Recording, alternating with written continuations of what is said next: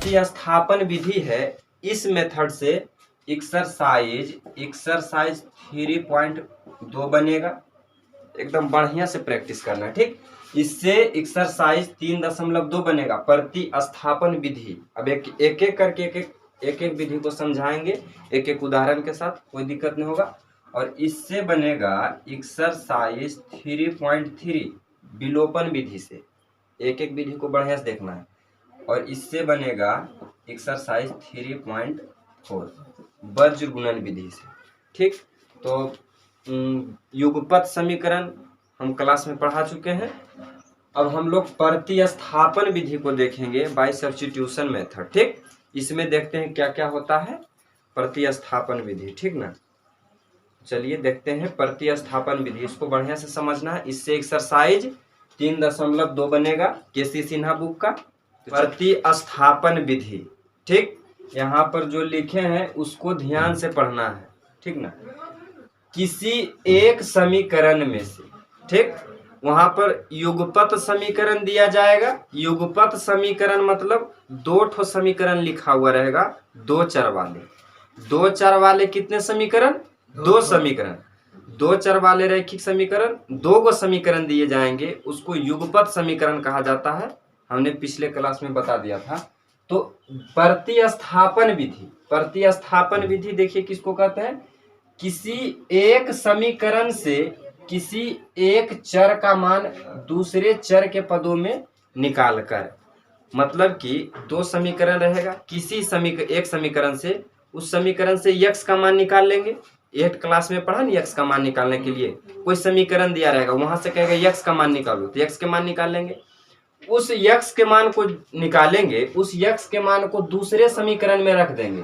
तो जो समीकरण दो चर वाला रहेगा, जो दो चर वाले समीकरण रहेंगे, वह एक चर में बदल जाएगा। दो चर वाला समीकरण एक चर में बदल जाएगा। उसके बाद जो x y का मान निकालते हैं आराम से निकाल लेंगे। तो यही प्रतिस्थापन विधि है कि इसमें क्या करना है कि चर को एक समान बदलना है, ठीक। एक समान में चर को बदलना है। उसके बाद उस x के मान को दूसरे समीकरण में रख देंगे, वहां से सामान्य विधि से हम लोग x का मान ज्ञात कर लेंगे, ठीक। तो देखते हैं, उदाहरण बताते हैं, इसको बढ़िया से समझना है कि उदाहरण किस तरह से है। उदाहरण को समझना है, उसके बाद समझ में आ जाएगा क्वेश्चन। इसको प्रतिस्थापन विधि द्वारा हल करना है। प्रतिस्थापन विधि, इसमें समीकरण प्रतिस्थापन विधि बता रहे, इसमें पढ़ना हम लोगों को प्रतिस्थापन, विलोपन और वज्र गुणन। हम बता रहे हैं प्रतिस्थापन, इसलिए बढ़िया से ध्यान से देखना है। इसमें हम लोग एक समीकरण को लेंगे, जो समीकरण हल्का उसको, उस समीकरण से हम लोग x या फिर y का मान निकालेंगे। x या फिर y, यहाँ पर देखने से समीकरण दो से x का मान निकालना आसान होगा। तो हम लोग समीकरण 2 को उठाते हैं, ठीक। समीकरण 2 को हल करेंगे। समीकरण 2 है x प्लस 2y बराबर 3। समीकरण 2 को हमने लिया, इससे x और y का मान निकालना है। तो इससे हमको x का मान निकालने में आसानी होगा, y का मान निकालने में थोड़ा लंबा हो जाएगा। तो x का मान निकालेंगे, x बराबर हो जाएगा 3 - 2y को उधर कर देंगे 2y। x का मान निकल कर आया, x का मान कितना निकल कर आया? x का मान निकल कर आया 3 - 2y। अब इस x के मान को समीकरण 1 में रख देते हैं। इस x के मान को समीकरण 1 में रखने पर, तो यहाँ पर लिखना होगा समीकरण 1 में x का मान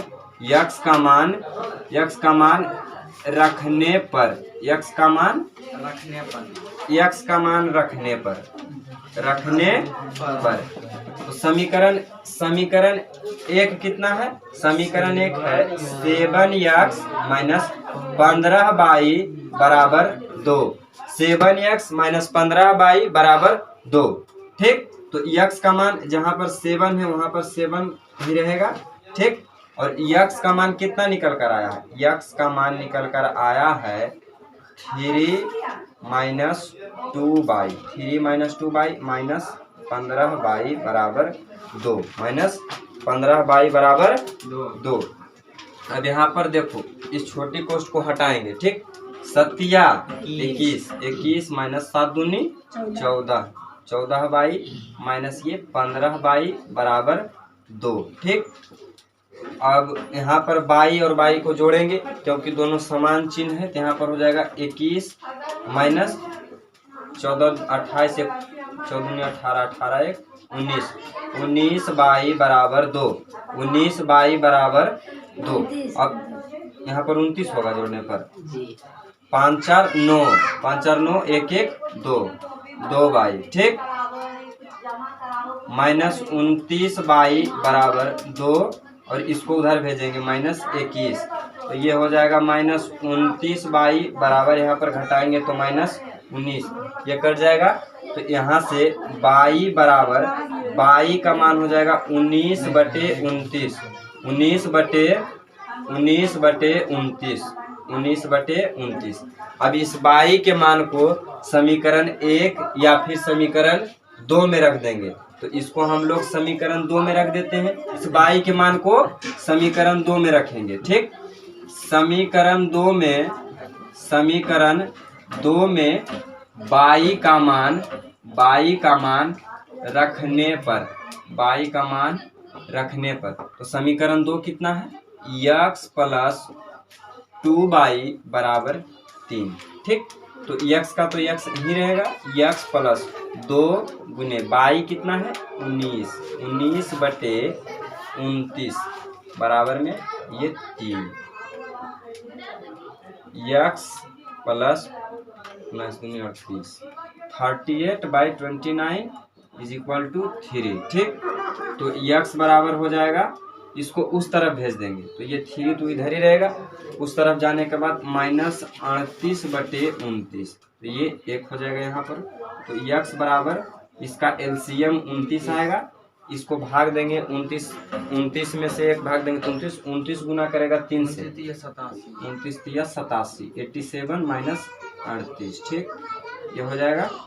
और यहाँ पर x बराबर 87 में से 38 घटाना है, कितना आएगा 87 में से 38 घटाएंगे तब 49 बटे 29। तो यहाँ पर देख सकते हैं कि x का भी मान निकल गया और y का मान भी निकल गया, तो यहाँ पर लिखेंगे x बराबर 49 बटे 49/29 और y बराबर 19 बटे 29। ये x और y का मान हो गया, यही आंसर हो गया।